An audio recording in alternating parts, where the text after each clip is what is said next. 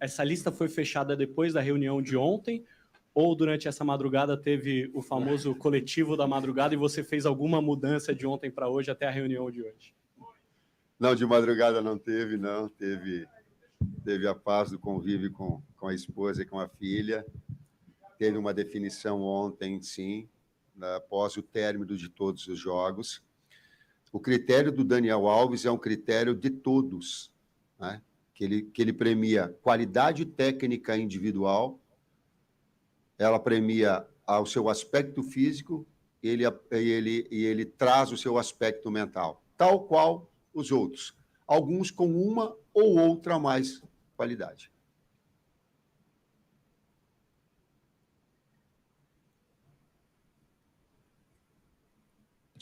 Wellington Campos, aqui na sua direita, por acaso me deram a poltrona H13, 13 de Zagallo, que te desejou boa sorte recentemente.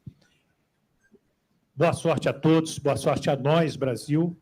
Tite, e você falou da importância das observações, como disse também o Kleber, e você leva contigo para a Copa um cara sensacional, um cara vencedor na vida.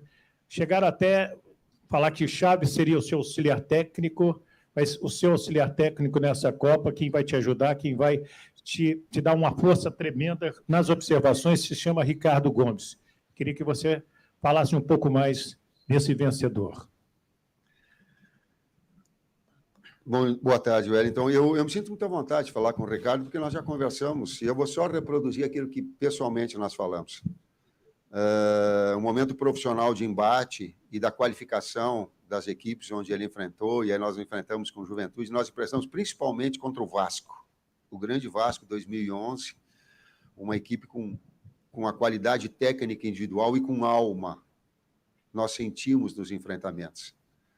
E externei isso pessoalmente ao Ricardo, afora todo o bunker que ele tem de técnico internacional, dos países por onde trabalhou, da capacidade que tem, da conduta pessoal que tem. Então, traz, sim, um componente importante no agregar a nossa comissão técnica, com certeza. Estou repetindo palavras que eu disse a ele pessoalmente. Nada mais daquilo que é a nossa característica, transparência.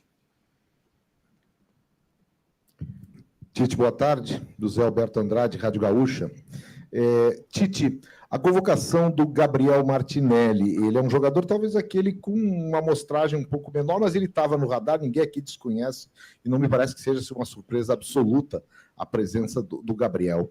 Mas eu queria saber se dentro dos critérios de convocação está o jeito do Gabriel Martinelli jogar, um jogador que, na comparação com um que não veio, por exemplo, o Roberto Firmino, ele desempenha uma função mais aguda, e tu tens o Richarlison voltando de uma lesão, embora apto, pelo que a gente sabe dos critérios de vocês aí.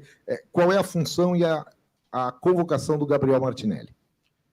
Função do Gabriel Martinelli, de externo, ponta, agressivo, tem sido um dos destaques do Arsenal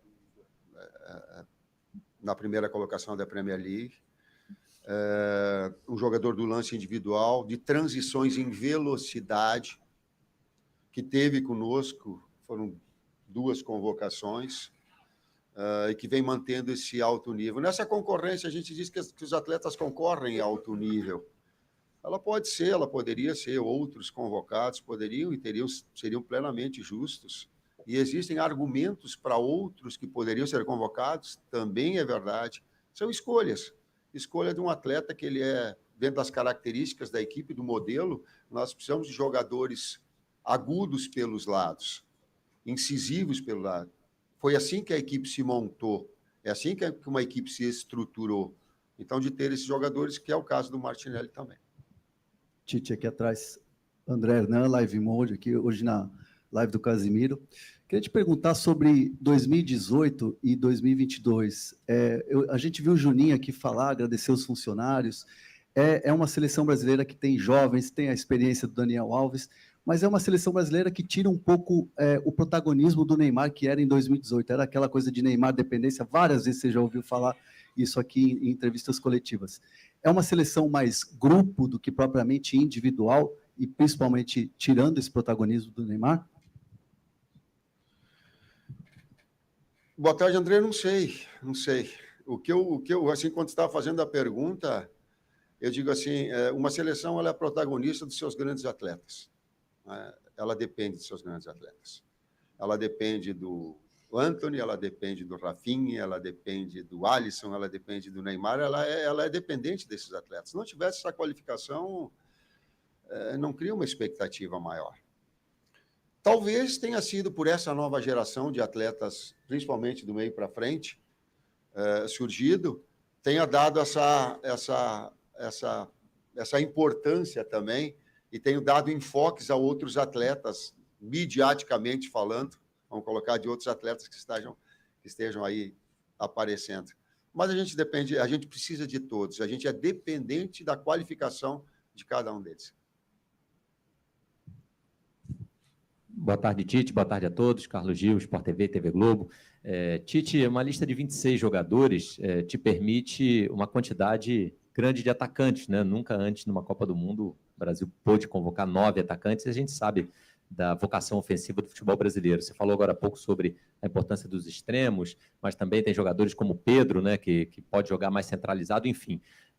O quanto essa possibilidade de levar 26 e ampliar o número de atacantes te abre também uma quase que infinita possibilidade de armar um time como o torcedor gosta de ver numa Copa, né? Um Brasil que vai para frente, um Brasil que faz gols, um Brasil que é ofensivo, como foi nesse último ciclo. Boa tarde, Carlos.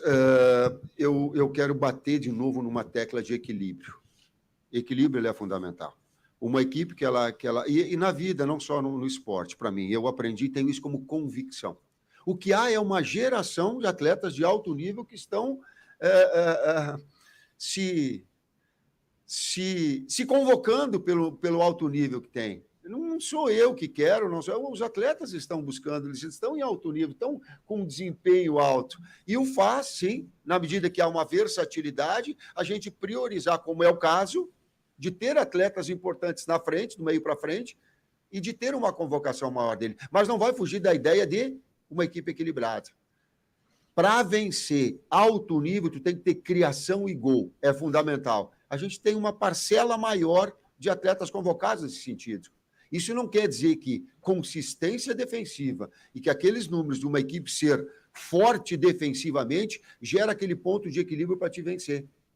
Então, essa fica uma ideia marcada, que ela é nossa. Mas, claro que o bom momento deles determinou essa convocação. E a gente tem atletas experientes nos 3 setores e tem atletas que surgiram, atletas novos, atletas olímpicos, também nos 3 setores. Então, aí também está um equilíbrio da equipe. Tite, Fábio, pessoal, boa tarde. Igor Siqueira, do UOL. Na convocação passada, o Daniel Alves não foi chamado sob argumentos que ele estava com questões físicas para resolver, problemas físicos, né? O Fábio mencionou bem na última ocasião. Queria saber de vocês o que mudou de setembro para cá, já que ele passou esse período sem jogar, né? E o que referendou a confiança de vocês para chamá-lo, mesmo nessa condição, sem partidas, ele está treinando lá no Barcelona. E se, Tite, você chama ele para ser o seu capitão na Copa do Mundo? Boa tarde, Igor.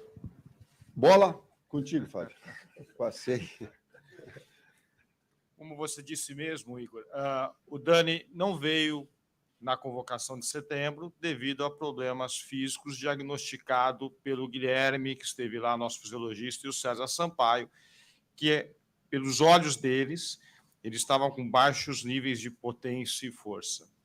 Foi falado isso a ele, nós falamos isso com ele no dia 8, se eu não me engano, antes da data da convocação para a data FIFA de setembro, no dia 8 de agosto, se eu não me engano, um pouco mais à frente, e disse a ele abertamente: você precisa melhorar os seus níveis de força e potência. E me recordo muito bem que ele me disse: missão dada, missão a ser cumprida e será cumprida.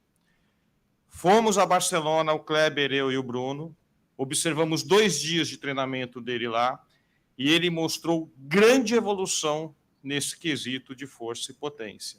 Quero agradecer também à comissão técnica do Rafa Marques, da equipe B do Barcelona, que nos enviou dados, métricas dele nos treinamentos, e esses números nos deram mais segurança ainda quanto à convocação nele, nesse aspecto físico, mostrando que o Dani Alves de hoje que está treinando na equipe B do Barcelona desde o dia 12 de outubro, é o mesmo Dani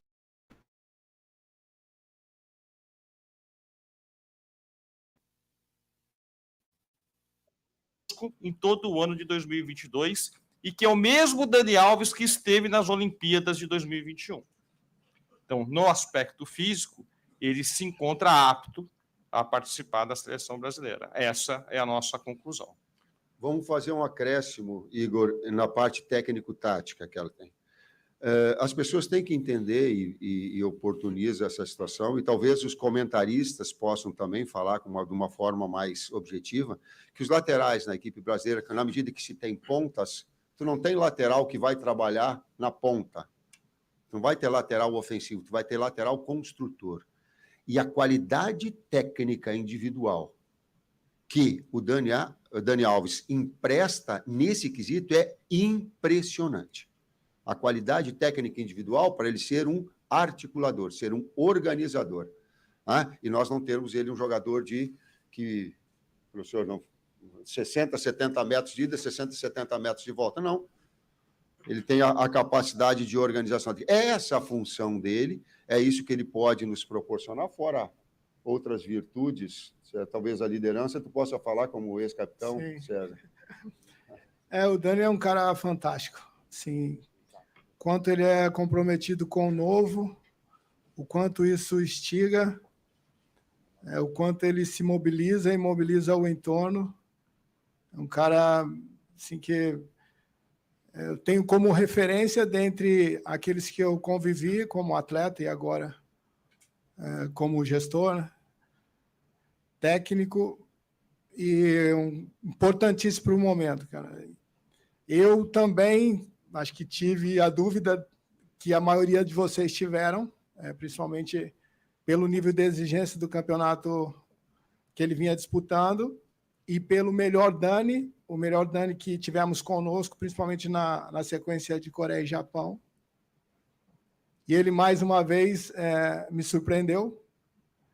E eu estou muito confiante daquilo que não só o Dani, né, mas que todos os nomes aqui que nós escolhemos podem nos trazer em termos de entrega, né? Então, com a idade dele, né, assim, 39 anos, um jogador que, mundialmente falando, né, já está pensando em aposentadoria. A grande maioria desses atletas, eu muito menos me aposentei. É um cara ainda totalmente que faz muito bem essa gestão do externo, né, que se não deixa envolver pelas coisas que possam vir a tirar o foco, e, mais uma vez, aquilo que a gente combinou, ele cumpriu. Então, por isso que ele está aqui hoje.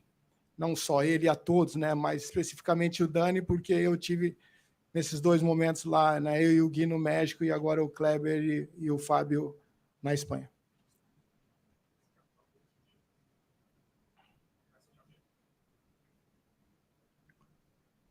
Ele é um dos capitães da equipe, né, e normalmente é o atleta que ele é mais longevo, né, que tem um maior número de participações. Aí vai depender de que a escalação, aí entra num outro rol. Titi, Alexandre Pretzel da Rádio Bandeirantes. A gente tem escutado aí vários treinadores de seleções, ex-jogadores, apontando o Brasil como franco favorito para ganhar a Copa. Queria saber se você concorda com isso, tu e a tua comissão técnica, e se ao mesmo tempo tu acha que a opinião pública brasileira confia nisso também.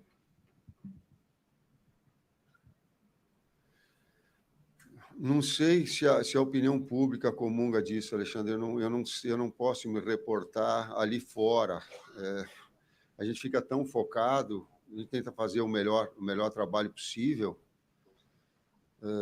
O que teve é num processo evolutivo, e quando tu tem 4 anos de trabalho, esse trabalho fica muito mais consistente, ele fica muito mais abalizado. Esse é o período que nos dá. Então, talvez essa confiança e o desempenho dos atletas tenha gerado essa relação com o torcedor, mas eu não tenho, assim, marcado que é. Vejo, sim, num crescente, numa expectativa bastante boa. A respeito dos outros profissionais, mas ele sempre tem colocado, daqueles que eu tenho acompanhado, sempre colocado 4, 5 seleções no mais alto nível. E num campeonato que ele é mais torneio do que campeonato, porque não é ida e volta, existem características específicas que, daqui a pouco, uma equipe que ela não é uma seleção, que ela não é muito visada, ela possa chegar na final. São características, principalmente quando tu tem um jogo só, a margem de erro ela fica muito pequena, né? Então ela traz essa característica, talvez mais ainda do que a Copa do Brasil, onde tem jogos de ida e volta. O Mundial é um jogo só. Eu olho para o lado do Juninho, eu olho para o Juninho e olho para o César, porque eles vivenciaram todo esse momento, também dentro do campo, eu fora. Mas a gente assume que Brasil, sim, ele é um dos favoritos, e a minha opinião, sim, ele é um dos.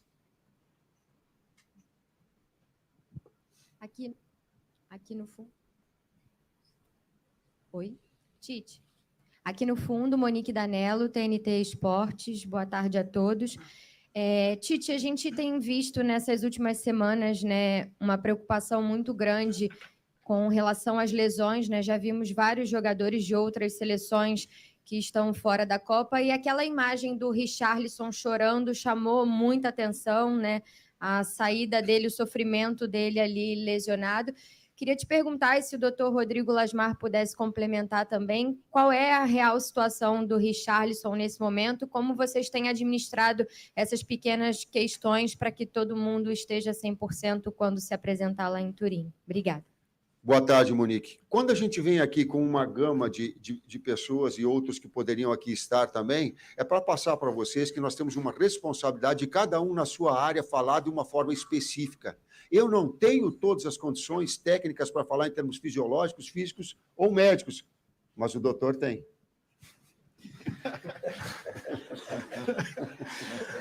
Boa tarde, Monique. Boa tarde a todos. Então, na semana passada nós tivemos a oportunidade de visitar o Richarlison e também o Paquetá em Londres para avaliar realmente a sua recuperação e o seu processo de evolução desde a sua lesão que aconteceu no dia 15. Ele teve uma lesão na panturrilha esquerda e pudemos até fazer exames de controle na semana passada.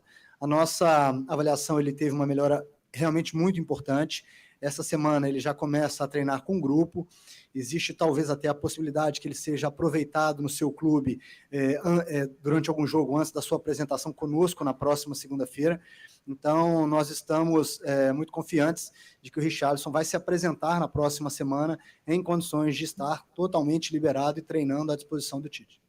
Eu só queria complementar, Monique, que nós continuamos acompanhando todos os atletas, porque a Espanha tem 2 jogos ainda essa semana, a Inglaterra 3 jogos na semana, Itália 2 e assim por diante. Então nós temos que acompanhar até o final. Até eles brincam comigo, chegou o Zeca Pimenteira, vai gorar, alguém vai machucar.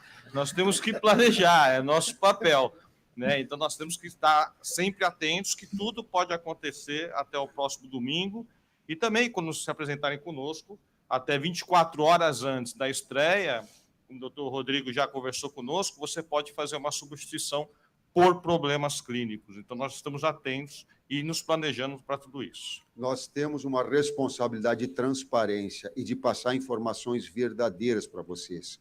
Não o disse, o talvez, ou aquele cara, ou o comentário. Então, essas situações, não só com o Richarlison, ou essa orientação não só com o Dani, mas ela foi feita com todos os atletas no aspecto físico de melhoria, no aspecto técnico de melhoria, inclusive aqueles que não foram convocados. Não foi privilégio para algum deles, não. Para que eles concorram em alto nível, para que eu tenha, assim, uma noite mal dormida, mas que haja o respeito humano. E tu falaste do lado humano, que eu sei o quanto de humano existe, quanto de expectativa de pessoas envolvidas. Mas, antes disso, o respeito nosso. E essa orientação a todos eles. Então, ela é do Alexandro, ela é do Teles, ela é do Arana, que ontem eu conversei com o Arana. Então, sabe, de ter essa conduta, que ela seja com equidade a todos. Tite, aqui Rafael Zarco, Globo Esporte. Você tem 16 estreantes dos teus 9 atacantes, se considerar o Neymar atacante, são 7 estreantes. Qual que é o peso de tantos estreantes numa Copa do Mundo? Você viveu isso há 4 anos e meio. Como é que vocês definiram por isso? Vocês tinham a possibilidade do Firmino, né, que vocês foram ver também pessoalmente, perderam o Coutinho também, a possibilidade de ter o Coutinho de última hora. Queria que você comentasse um pouquinho isso, por favor. Experiência. Experiência conta, assim como conta o momento, assim conta a capacidade de concentração do atleta. Uma série de fatores eles são levados em consideração. A carreira toda, o nível que ele se mantém. Eu olho para o Ramon e olho para o Juninho, eu lembro dos 10, aí lembrei do Everton Ribeiro agora, quanto ele retomou e tem essa consistência do 10, do jogador da articulação, do jogador criativo. E quando ele voltou do Emirados Árabes, eu já tinha expectativa dele, eu falava assim, demorou para voltar, porque eu conheço Emirados Árabes, ele traz um nível de uma rotação, de uma competitividade melhor, e ele retomou. Então, nós temos esse aspecto, é um jogador que tem 32 anos, mas tem eu acho que a primeira Copa do Mundo também. Associar um fator, jogam em alto nível, daqui a pouco tu está jogando final de Mundial, final de Libertadores, final de Copa do Brasil, aí tu tem jogos importantes na Europa, que o enfrentamento deles com atletas de outras seleções, ele é constante, os treinamentos, nós fomos na Juventus, estávamos lá, e eu acho que o diretor nos colocou que haviam 15, 16 atletas da Juventus que estariam nas suas seleções, então há esse enfrentamento, então ela é muito relativizado o aspecto experiência. Fora isso, não estava no Mundial, mas na Copa América. Com participações, muitos atletas com participações em Copa América, claro que num nível inferior, mas só esse enfrentamento que o Tite coloca, de jogos entre jogadores de seleção espalhados pelo mundo, já dá esse crescimento e essa condição ao atleta, né? Mesmo os meninos, né? Um menino como o Rodrigo, que é o mais novo da convocação, sendo decisivo numa Champions League. Tite, Márcio Douza, Estadão. Você já tinha uma base bem consolidada na seleção brasileira, mas minha pergunta é em relação às suas últimas dúvidas, o quanto a experiência da Copa de 2018 pesou? Chegou aquele momento que, por exemplo, você estava em dúvida entre 2 jogadores, chegou a pensar, em 18 eu não levei um jogador com essa característica e me arrependi, ou então em 18 eu levei um jogador com essa característica e se mostrou correto. Então, minha pergunta é, o quanto a experiência de 18 influenciou na definição da lista final? Não sei, Márcio. Falava que eu não sei. Alguma coisa eu incorporei, mas especificamente são situações diferentes, é muito cruel estar comparando uma situação a outra, tanto é que eu fiz o agradecimento, porque se nós não fizermos a campanha, esquece Adenor, se nós não fizéssemos a campanha em 2018, eu não ia ser convidado o presidente a permanecer. Eu não tenho falsa ilusão. O desempenho daquela equipe que trouxe a possibilidade de continuidade de trabalho agora. Né? E o trabalho agora realizado pelos atletas todos, junto com o trabalho todo da CBF, importante, nas diferentes áreas, sabe o quanto isso vai dando consistência para que a gente desenvolva. A área de seleção, a integração, principalmente com a base, repito, quando eu falei de Amadeu, eu não estou falando por demagogia, pode levar para o lado, o cara é demagogo, pode levar, não tem problema nenhum, não quero convencer ninguém, eu só estou fazendo aquilo que a minha racionalidade manda. O trabalho todo refletido com os outros técnicos e esse crescimento desses atletas é que permaneceu, o que dá a condição agora da equipe e eu estar respondendo perguntas, dizendo assim, pelo Prédio, assim, é uma das favoritas à Copa, foi justamente por esse trabalho. E eu tenho gratidão em relação a isso. Titi, aqui à tua direita, Rodrigo Viga, Jovem Pan News, sua direita, um pouco mais no fundo aqui, no meio de campo aqui. Boa sorte. Vendo. Aqui, à sua direita. Boa sorte a todos para a seleção brasileira. A Copa já está se avizinhando, né? A pergunta que eu te faço é o seguinte, Tite, por gentileza. Agora há pouco você reforçou sobre o favoritismo da seleção brasileira nesse Mundial de 2022. Agora, a gente sabe que Copa do Mundo é um rol para poucos, né? Se for ver o histórico, são poucos campeões mundiais. Nesse seleto grupo, de também favoritos, assim como o Brasil, quais as seleções que você apontaria no momento? E se a dificuldade de o Brasil de enfrentar aquelas que são tidas como as grandes potências globais, as seleções europeias, se isso de alguma forma dificulta essa caminhada e dificulta esse grau e nível de favoritismo? Obrigado. Rodrigo, eu pego a segunda parte e a primeira vocês me ajudam aí, das grandes seleções. A segunda parte de não ter enfrentado, ela prejudica, sim, a seleção brasileira e prejudica também as seleções europeias, porque não enfrentam a condição de sul-americanos da mesma forma. Paralelamente à nossa convocação, aos estudos, às viagens, para que a gente pudesse convocar os 26 jogadores, a gente observou muito os adversários. O Ricardo Gomes está aqui, que foi um observador da Sérvia. Desde março, a gente está observando Sérvia, Suíça e Camarões, e o nosso foco é em cima dessas 3 seleções. A gente não consegue pensar e olhar uma França, que foi campeã mundial, ou uma Alemanha, que sempre é uma potência, ou a Inglaterra, ou a Argentina, que é ao nosso lado, que fez um grande trabalho nas eliminatórias também, como um adversário à frente. A gente consegue focar nessas 3 seleções. A partir daí, a gente vai focando nas seleções seguintes. Não conseguimos, e para nós não tem muita importância isso, né? A gente está com um trabalho estabelecido dos observadores durante a Copa, já observar os grupos que a gente possa cruzar em passando a primeira fase, e isso para nós é o mais importante que definir. Exemplo, como o Tite disse, uma seleção de um nível médio europeu foi a final como a Croácia, né? Então a gente tem no nosso grupo 2 seleções de nível médio europeu e que estão jogando muito, que é a Sérvia e que é a Suíça, visto os últimos jogos na Nations League dessas 2 seleções. Claro que acompanhamento há em termos das outras seleções, só deixou claro, né? Claro que acompanhamento há, não há desprezo, profundidade, né? nem objetivo rápido. Aqui, Tite, à sua esquerda aqui. Boa tarde, Diogo Dantas, Jornal Globo.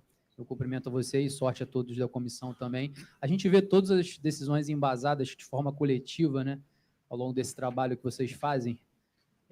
Mas houve algum momento em que você tomou alguma decisão individual? E se não houve, por que aconteceu na hora que você escolhe ali os jogadores? Se houve alguma individual, Diogo? Alguma coisa que você tenha bancado? Não, isso aqui eu vou bancar, é decisão minha. Se houvesse alguma individual, eu não ia te falar, porque daí o pepino ia estourar só em mim. Não vamos dividir. Eu digo assim que quando a coisa dá certo, eu digo nós todos acertamos. Nessa situação não teve, não. Não teve, não. Em alguns outros momentos teve. Na Copa América, de convocação, teve. Na Copa América eu viajei, eu lembro que eu tinha um atleta que eu queria muito estar na seleção brasileira, viajei e fui ver em loco, acompanhando ele, porque eu queria, com os meus olhos, sentir para que pudesse definir a sua convocação. Não teve, em outros momentos teve. Nessa não teve. Tite e a todos, boa tarde. É Mauro Naves aqui, ó, quase central aqui com você, da ESPN, tudo bem? Bom trabalho a todos lá, né? Você não gosta muito de boa sorte, então vou te dar bom trabalho. Nós temos uma história a esse respeito. Isso, é verdade. Tite, o período agora da Itália é muito curto, e eu gostaria de saber como é que vocês vão aproveitá-lo, se é para dar um polimento, para azeitar um time titular que você já tem na cabeça para começar o primeiro jogo, ou se dará tempo, apesar de curto, de fazer observações, porque a impressão que tenho é que na Copa de 2018 você repetiu o time titular todos os jogos. Ele foi mudado com contusões de Danilo, de Marcelo, mas do meio para frente era aquele time, no ataque era William, Jesus, Neymar, Casimiro, Felipe, Paulinho. Desta vez, com as opções todas que você disse ter, e é verdade, principalmente do meio para frente, a possibilidade é muito maior de que a cada jogo você aproveite características de um e de outro e a gente tenha equipes titulares diferentes para os enfrentamentos diferentes e dá tempo nesse pouco período lá da Itália de fazer tudo isso ou vamos azeitar só o time da estreia? Boa tarde, Mauro. existem duas formas que nós temos de atuar. Ele é com 2 atacantes de flanco, ou ele é com o Paquetá do lado, o segundo meio-campista um pouco mais à frente. Tu tens acompanhado e tem visto dessa forma, é onde a equipe ela tem produzido, e depois tem peças de reposição com características parecidas. Então, existem esses 2 modelos e nós vamos pleitear, porque eu acredito não em tirar em zona de conforto, eu acredito em botar em zona de confiança e desafiar o atleta a ser melhor. Eles têm concorrência nas suas funções. Se não produzir bem, vai ter o outro concorrente de forma leal. Isso é legal, mas ninguém vai tirar de zona de confiança. Nós vamos deixar ele confortável. Aí e pego até, eu acho que o Brenner falou uma, né, Matheus? O relator, eu acho que é importante passar essa. Não é? Tu não quer falar? Acho que não dá para falar. Mas eu vou falar de uma outra forma, de um posicionamento, para ver o que eu quero dizer com confiança, de um posicionamento que nós estudamos, que ele faz no seu clube, para que ele possa fazer na seleção. Melhor assim, né? Aí ele disse, pô, e aí eu vou para o clube e me é pedido a fazer uma outra situação diferente. Ele disse, eu fiquei desconfortável, eu fiquei mal, eu fiquei a ponto de errar, cometer um erro defensivo e prejudicar toda a equipe, porque eu não estou acostumado a fazer isso. Aí eu coloquei, tu falou isso para a pessoa, tu falou isso para outro profissional. Ele disse, pô, isso me deixa extremamente inseguro. E o que nós trouxemos? É justamente dessa confiança e desafiá-lo a alto nível. Mas agora, pedir para fazer uma função, quando ele não exerce dentro do seu clube, aí a professora Lampadinha, que eu já passei por essa fase também de professor Lampadinha, não é Lampadinha, Ludovico, né? Sei lá. Pardal. É antigo. É do meu tempo, né? É do teu também. Aqui, boa tarde, Tite. Aqui, no meio-campo, aqui, Patrícia Lopes, Bein Esportes. Tudo bem? Boa tarde a todos vocês. Bem, eu vou tocar de novo aqui numa tecla do Daniel Alves, porque você fez um trabalho, né, a longo prazo, convocou mais de 80 jogadores nesse ciclo. Só que um dos trend topics agora do Twitter é o assunto Daniel Alves. E não havia assim um clamor popular, né, por algum jogador, talvez assim antes pelo Pedro, mas o Pedro está na lista, foi convocado, né, que ele vem jogando bem. Mas aí eu estava vendo agora aqui uma enquete. Você aprova a convocação de Daniel Alves para a Copa? 89,7% não e apenas 10,3% sim. Então, essa convocação do Daniel Alves, como é que você vê isso do popular, né? Das pessoas reclamando dessa convocação do Daniel, a torcida? Patrícia, boa tarde. Tu não quer fazer uma pergunta tua só e não pegar um gancho de uma outra? E te explico por quê. Que referência é o Twitter com quantos milhões de torcedores brasileiros nós temos? E eu não vim aqui para agradar as pessoas que estão no Twitter, com mídias sociais e que se expressam ali. E que é um público que eu não sei que percentual é do povo brasileiro. Por que eu vou me remeter a eles? O que eu posso fazer? Isso eu faço. Eu respeito opiniões divergentes. E eu não estou aqui para convencer todas essas pessoas. Eu não tenho essa pretensão e não quero. Não quero. Eu só quero dar dados informativos, verdadeiros, para que as pessoas façam a sua própria análise e, democraticamente, elas tenham a sua opinião. É nossa função aqui passar informações. Agora, opinião em cima disso, poxa, é de cada um, eles têm todos o meu respeito. Mesmo essa parcela diminuta, daqui a pouco, de quantos milhões de brasileiros a gente possa...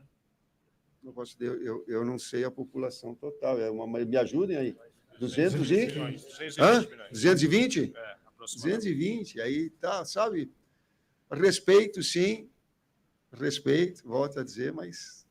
Até se tu quiseres fazer uma pergunta tua, sem pegar o gancho, fica legal. Hã? Tá bom assim?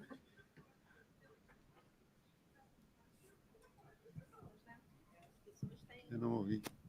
Então, desculpa, Tite. Não, essa pergunta era minha. Claro. Então tá. É porque eu estou vendo aqui um dos assuntos mais comentados e o que está causando mais polêmica. Então, por isso que eu fiz essa pergunta. Obrigada pela sua resposta e boa sorte na Copa. Obrigado. Professor Tite, o Paraná lhe abraça. Ui. Com muita alegria no coração, com a certeza de que os melhores foram chamados, os melhores que vivem os seus grandes momentos. Ao abraçá-lo, o Paraná também deseja sorte a todos, como disse o Mauro há pouco, não só sorte, mas um bom trabalho, a toda a comissão técnica, a todos vocês que lá estarão, e haveremos nos encontrar. Professor Tite, a seleção brasileira tem qualidade. Vou dividir em 3 setores: defesa, meio de campo e ataque. Desses 3 segmentos, qual aquele que mais lhe preocupa? E para completar, graças ao Vinícius, me dá uma chance, no pacote que o senhor apresentou de jogadores, o Bremer, porque ele ganhou a condição de convocado. Boa tarde, seu Osíris. O Bremer teve a condição porque a carreira dele e o seu desempenho em alto nível no Torino e na Juventus o chancelaram. E talvez nós não tenhamos olhado com a devida atenção já antes. E se mostrou, quando veio aqui, com uma segurança, nos jogos que nós tivemos acompanhando e nos treinamentos, com uma segurança impressionante, um atleta de alto nível. Então, essa foi a geradora, e essa concorrência que ele tem, normal e natural, e esse desempenho. A primeira parte da pergunta. Dos setores. Em termos defensivos, nós temos jogadores versáteis. Por exemplo, o Danilo jogou ontem de zagueiro, e ele pode fazer aquela função como lateral, como nós o fizemos, e a construção nossa de 3-2, o 2-3, falando de uma forma mais tática, mas, enfim, que você se aprofunda. Então, o articulador ou o defensor maior no setor, ele pode, assim como o Dani na articulação, assim como o Militão, quando nós tivemos a possibilidade de utilizá-lo. Então, nós temos jogadores versáteis nesse setor defensivo. E tem na frente jogadores que têm cada vez mais desempenhando em alto nível nos seus clubes, que faz, né, e que os chancelam a gente convocar mais atletas do meio para frente, em função do grande momento em que eles vivem. A geração deles, ela proporcionou isso. E a nossa análise, ela é legal, assim, ela é manter uma equipe equilibrada, mas mais qualitativa do que qualquer outra coisa. Então, a qualidade desses atletas, eles nos permitem essa convocação, essas escolhas. Boa tarde, Tite. Mário Kempis, de Fortaleza, blog do Kempis.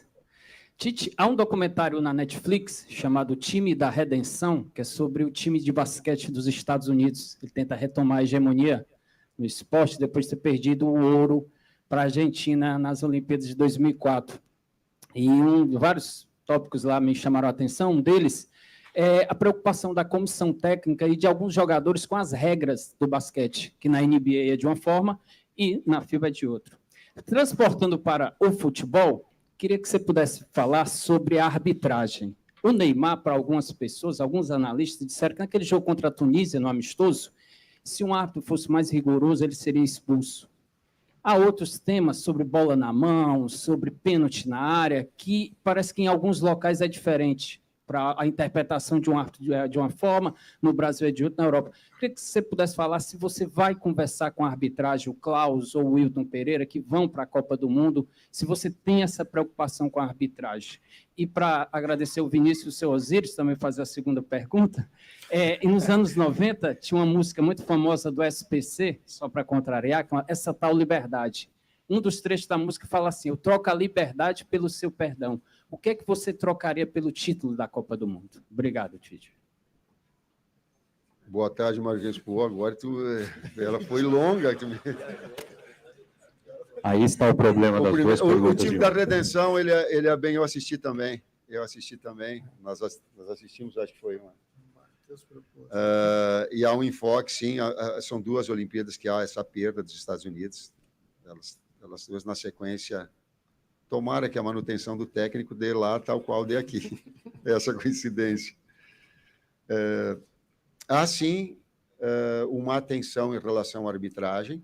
O Matheus fala fluentemente inglês. Teve recentemente uma como é que chama? Uma conferência. Uma conferência que o Matheus, juntamente com... Participei eu, o CNM, o Péricles e o Alício. Então, a gente esteve acompanhando o que a FIFA está falando sobre a arbitragem. Eles deram uma atualizada e a gente também vai ter um encontro com os árbitros lá no Catar, com a comissão de arbitragem para falar. Mas eles até tocam alguns pontos, eu cheguei a conversar com o CNM, com o pessoal daqui, dessas pequenas diferenças, às vezes, de interpretação, inclusive, principalmente da Premier League para com as outras ligas. E a gente entende, eles deixaram bem claro quais vão ser os parâmetros que eles vão exigir lá.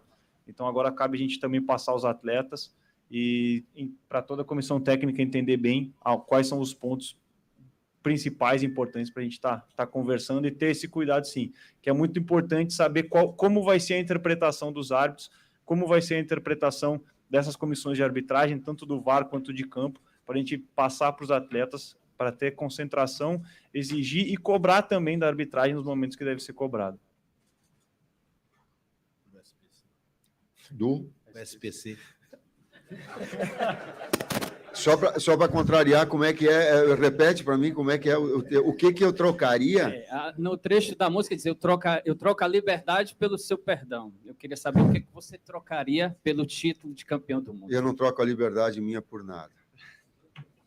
Isso não.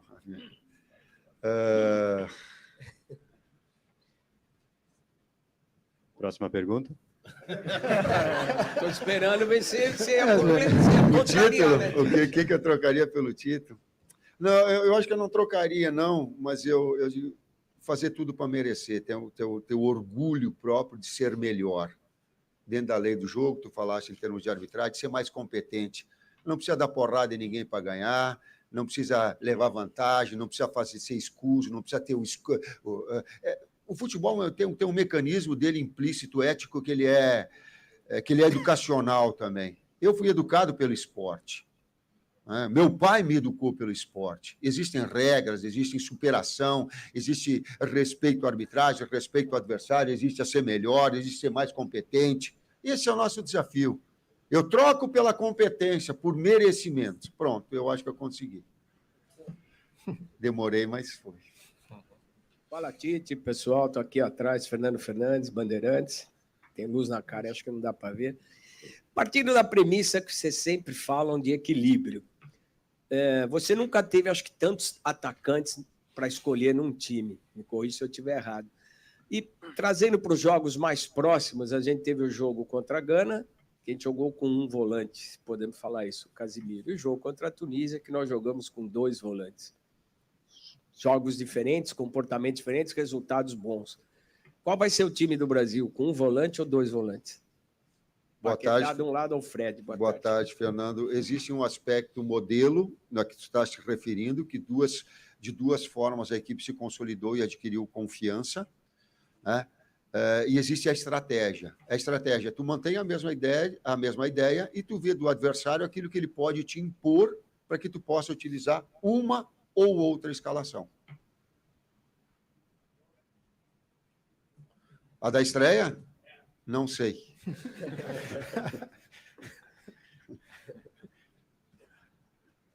Tite. Alô, Tite. Aqui bem à sua frente, Roberto Tomé, Record TV. Tudo bem? Boa sorte lá no Catar.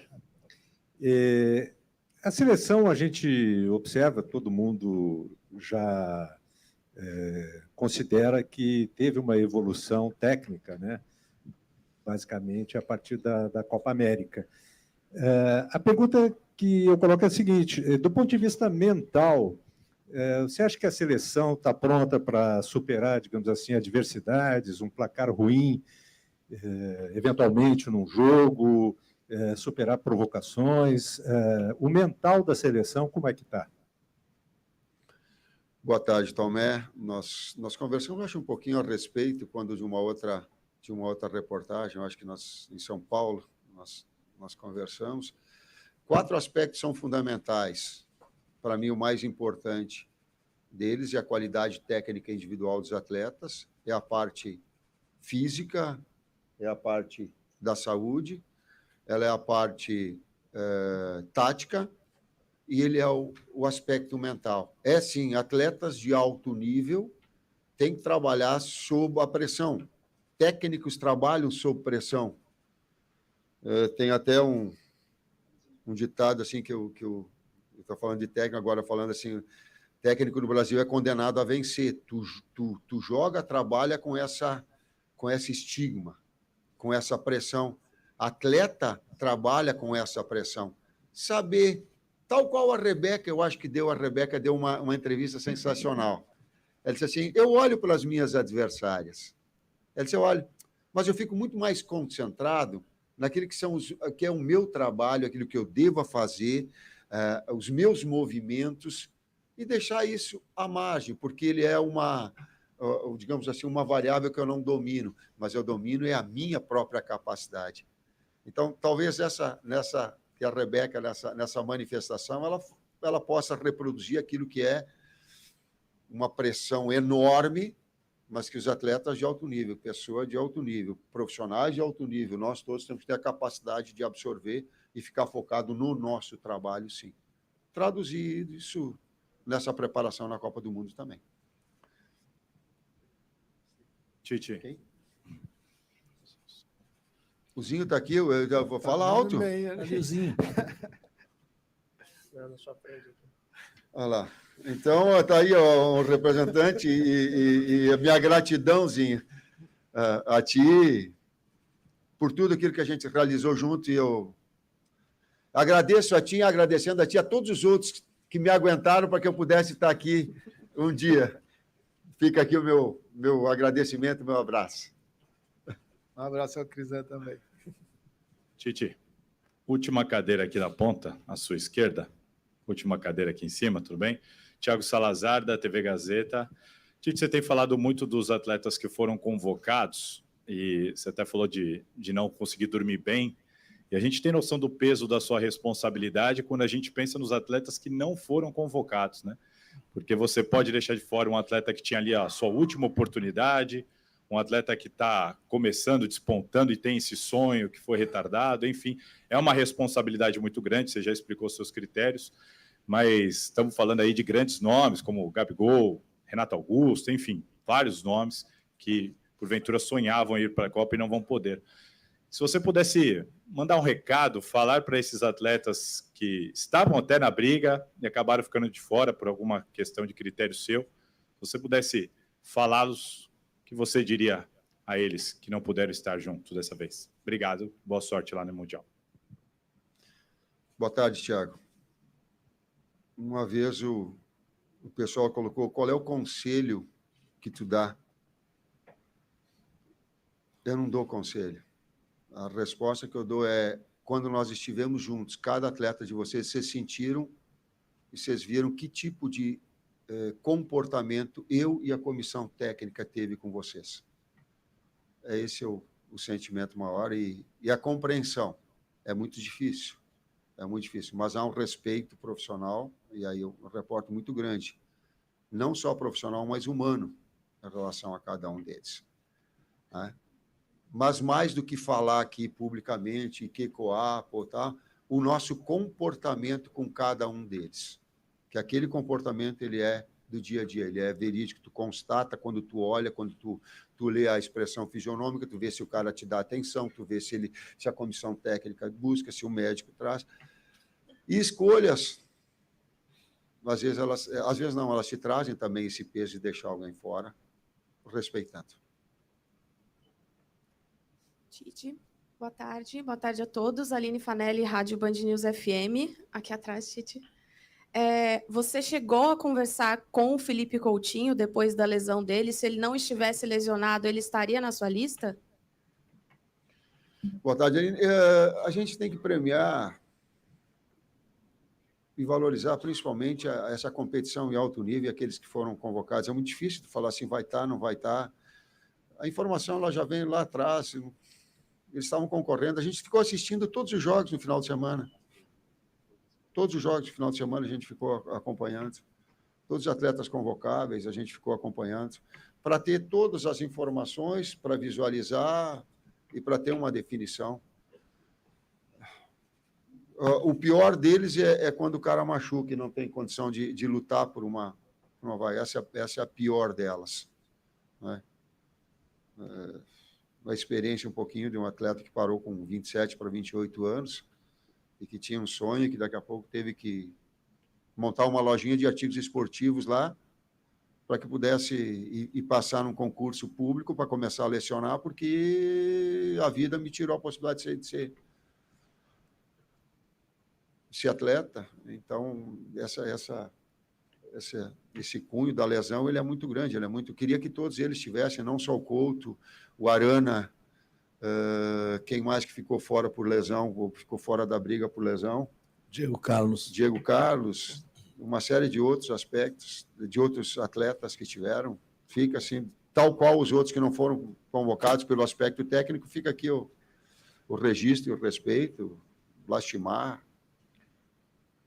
Respondendo especificamente a sua pergunta, eu falei com ele ontem, ele estava muito, mas muito abalado, muito triste. E eu acho que como todos nós também ficamos, isso parece que a dor passa para a gente. É quando você tem um filho que fica doente, você fala, passa para mim, você fica assim, pelo amor de Deus. E foi o sentimento que eu tive com ele, de tanto que nós gostamos dele como pessoa, como ser humano, como atleta também. Isso são lembranças a ele, um abraço, e devo falar com ele esses dias ainda. Próxima pergunta, a gente já está encaminhando as últimas, então, começando ali, por favor. Titi, aqui atrás, no meio-campo também, Luciano Calheiros, CBN Floripa, bom revê-lo, desejar aí bom trabalho também para você, para a sua comissão técnica. E eu quero voltar lá no início da coletiva, a colocação do André Hernan, esse paralelo com a seleção de 2018. E eu fico muito à vontade para te fazer essa pergunta, porque quando o Brasil perde para a Bélgica, a gente conversou rapidamente pelo telefone, e eu cheguei a falar para você que eu esperava, eu acreditava que a seleção chegaria mais forte em 2022, e eu continuo achando isso. Até pelo ciclo. O ciclo de 2018 foi uma preparação de 2 anos. Agora nós estamos falando de 6 anos e atletas chegando em alto nível, tamanho, número de opções que você tem. Você concorda comigo? Essa é uma seleção que está chegando mais forte, mais preparada para brigar por título do que aquela que chegou em Moscou? Boa tarde, Luciano. Sim, mas não deva ser comparado. Aquele ciclo era um ciclo de recuperação. São diferentes. Hoje é um processo inteiro de 4 anos. É injusto para mim fazer essa comparação. É injusto para com os atletas todos, com toda aquela situação. Tu recupera e vai para uma... Não gosto de estar falando, mas tu pega numa 6ª colocação com 1/3 da competição tida, tu vai para a Copa do Mundo e tu precisa ganhar e vai classificar. É uma situação. Outra agora é nós errarmos mais, convocarmos mais atletas, ver mais aspectos táticos diferentes, ter mais tempo de contato com os atletas. Claro que, ao mesmo tempo, aqueles 2 anos anteriores, também em termos de experiência, agora eles contam a favor. Claro que sim, mas fazer esse comparativo é a mesma coisa que comparar gerações. Não dá, o momento de cada um ele é importante. Mas que agora sim chega... por todo esse processo todo de trabalho, muito mais tranquilo, muito mais em paz, muito mais confiante, sim, por esses 4 anos de trabalho que nós tivemos, associados àqueles 2. Sim, ele chega mais no processo. Isso quer dizer que vai ganhar? Não estou dizendo que vai ganhar, mas estou dizendo que ele chega, sim, mais forte, sim. Ele chega mais estruturado, sim, com umas possibilidades maiores, por estar, inclusive... humanamente mais entrosado, o atleta já sabe como é que cada um de nós trabalha, esse approach, essa condição humana, sim, ela chega mais forte, mais firme, mais consistente para o Mundial. Muito bem. Tite, boa tarde. Pedro Duran, da CNN, aqui no corredor. Queria fazer uma pergunta sobre desigualdade. A gente, aqui olhando a tua lista, tem 3 clubes, o Juventus, o Real Madrid e o Manchester United, que indicaram o mesmo número de jogadores, ou vão emprestar o mesmo número de jogadores do que todos os quase 800 clubes brasileiros, né? A gente só tem 3 nomes de jogadores que atuam aqui no Flamengo e no Palmeiras na tua lista. A minha pergunta na tua avaliação, isso já é um cenário consolidado, é imutável, é irreversível o fato de a gente ter todos os jogadores de elite do futebol, boa parte deles indo para a Europa, ou você acha que é possível que daqui a 4 anos, na próxima Copa, a gente tenha mais jogadores brasileiros ou que atuam no Brasil nessa tua lista? Se de fato for você que vai estar conduzindo, espero que ganhe o X e continue com a gente, mas enfim. E se essa for a ideia, se a gente conseguir ter mais jogadores que atuam no Brasil daqui a 4 anos, o que esta CBF poderia fazer para fazer com que o futebol brasileiro, os clubes brasileiros tenham mais espaço entre aqueles que foram convocados para a seleção? Obrigado. Boa tarde, Pedro. Ela é bastante ampla, a tua pergunta, e ela remete a um aspecto estrutural do futebol de uma maneira geral, o aspecto de investimento financeiro muito grande, que ele se amplia e nós teríamos que aprofundar e ter aí simpósios que pudéssemos falar a esse respeito. Em termos de desigualdade, a gente tem que cuidar para não ter recortes, porque aí eu fiquei com a seguinte ideia viajando. Desses atletas que estão aqui, quantas regiões eles são nascidos de quantas regiões no Brasil? A gente podia pegar esse recorte, e não só de clube onde ele está agora. Qual o clube de origem onde ele esteve? Então, há uma série de recortes que nós podemos pegar para que a gente possa, enfim, entender. E eu fiquei com essa curiosidade. Quantas regiões do Brasil estão representadas aqui? Então, ela não tem um pré-requisito básico, ela tem o que a gente busca, é desempenho e o seu momento, né, da sua carreira, que outros tantos poderiam estar aqui. Eu fico muito à vontade para falar. Eu digo, eu não tenho a crença irracional de saber que aqui a gente fez a escolha de todos os melhores e nem vamos modificar a opinião de outros. Não. Seguramente nós erramos, porque humanamente é impossível acertar. Mas se a gente de 10 acertar 7, 8, a gente vai estar sendo competente. E a gente está tendo todas as condições de fazer os devidos acompanhamentos. Quanto vai ser futuramente? Não sei. De uma coisa é certa, eu falo isso com muita paz. Está na hora de novos líderes estarem aqui. E outro técnico vai estar desenvolvendo todo um trabalho, porque é assim que se forma um grande futebol. E eu sou extremamente grato ao futebol, me proporcionou isso de estar aqui, presidente. E depois tem que vir um outro e seguir com um grande trabalho, que faça uma grande escolha. E não é demagogia, não, é convicção, em paz. E não tem por que ganhar, vai rever, não vai rever, vai torcer para um outro, vai ficar com um pouquinho de ciúme, sim. Mas vai rever e vai dizer assim, pô, cara, vamos embora, porque o futebol brasileiro precisa evoluir, porque as novas lideranças precisam acontecer, porque o futebol precisa criar novos técnicos, porque novas comissões, nova estrutura, cada vez melhorar mais.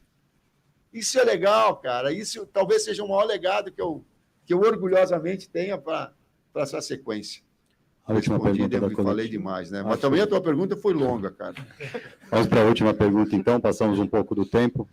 Acho que atendemos bem aqui. Kiyomi, por favor. Aqui no meio, atrás de Dinho.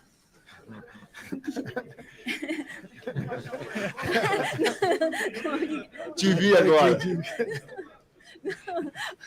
Eles colocam esse negócio aqui, tudo em cima, vem tudo em cima da luz do cara, o cara fica olhando assim, procurando. Kiyomi Nakamura, Easy News e TVS do Japão. Boa tarde, Tite, boa tarde a todos. Recentemente, eu fiz entrevista com Thiago Silva e perguntei sobre Tite.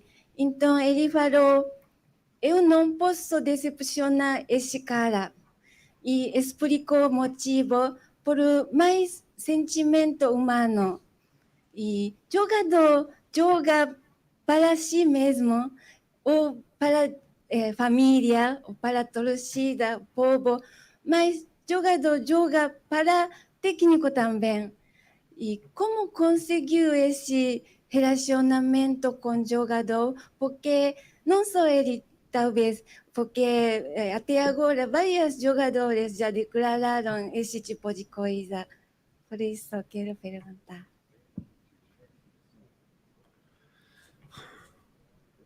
Boa tarde, Kiyomi.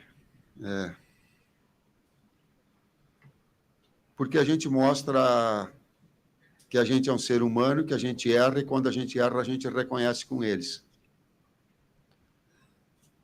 E que a gente procura estudar bastante para cada vez mais, respeita muito, aí tem a condição da ciência representada, os aspectos que são fisiológicos, médicos, aos aspectos técnicos, táticos que tem aqui, a organização, a logística, o direcionamento. E quando o atleta, de alguma forma, e aí tu estás próxima, eu vejo o Zinho, quando a relação de lealdade ela se estabelece, o conjunto todo fica mais forte. O conjunto todo, a equipe toda fica mais forte. A relação de confiança, ela se estabelece, ela é com a competência profissional, o atleta tem que saber que o técnico e os auxiliares sabem, porque se não tiver conhecimento, ele vai olhar, mas sabe que tem que ter uma conduta, transparência, fala a verdade, fala pela frente. Não ter dois discursos, é bonito ficar falando o que eu estou falando aqui na frente de todo mundo numa entrevista coletiva, mas ele faz isso. Ele modifica o discurso dele, ele modifica o comportamento dele quando ele está com um atleta mais jovem ou com um atleta mais experiente, ou tem uma equidade nisso tudo? E quando tu tem tempo, para esse tempo todo ser realizado, a gente se conhece mais. Eu não conhecia o Juninho tanto quanto eu conheço agora. E a gente se emocionou hoje de manhã, quando a gente se deu um abraço. Então, essa relação toda do ser humano, da competência profissional, da conduta, do ser duro, mas falar pela frente, de não expor de forma pública. Sabe por quê? É muito bom. Expor de forma pública vai dar componentes assim legais para debates, para embates. Mas vai solucionar o problema? Eu vi até tive um embate que disse, não, mas é legal para falar porque está mostrando a sua competência, tá? Eu imagino quando há uma reunião familiar ou uma reunião de pauta de uma empresa, se vem para fora as críticas, os elogios que estão lá fora. Futebol é a mesma coisa. Esse conjunto todo da obra, ele é importante para ter esse respeito, para ter essa consideração, para atingir o alto nível. Isso, o Kleber colocou talvez o livro que a gente tem da mentalidade Mamba, ela mostra isso. O time da Redenção mostra isso. As seleções mundiais que venceram no Brasil mostram isso. A gente está cheio de exemplo que possa nos nortear. O título da Copa do Brasil, Zinho, demonstra isso. Com o teu gol de pé direito. Tá certo, gente. Professor Juninho, Kleber, César, Matheus, professor Fábio, Rodrigo, muito obrigado. Muito obrigado para você que nos acompanhou nesse dia tão importante, o anúncio dos 26 jogadores convocados para a disputa da Copa do Mundo FIFA Qatar 2022. Repassando a programação, a seleção brasileira se apresenta no dia 13, a viagem da comissão técnica no dia 12, no dia 13 a chegada a Turim, e então no dia 14 a chegada dos atletas. A seleção brasileira treina no centro de treinamento da Juventus até o dia 19, e então viaja para Doha, mais alguns dias de treino para a estreia no dia 24 contra a Sérvia. Muito obrigado e até a próxima.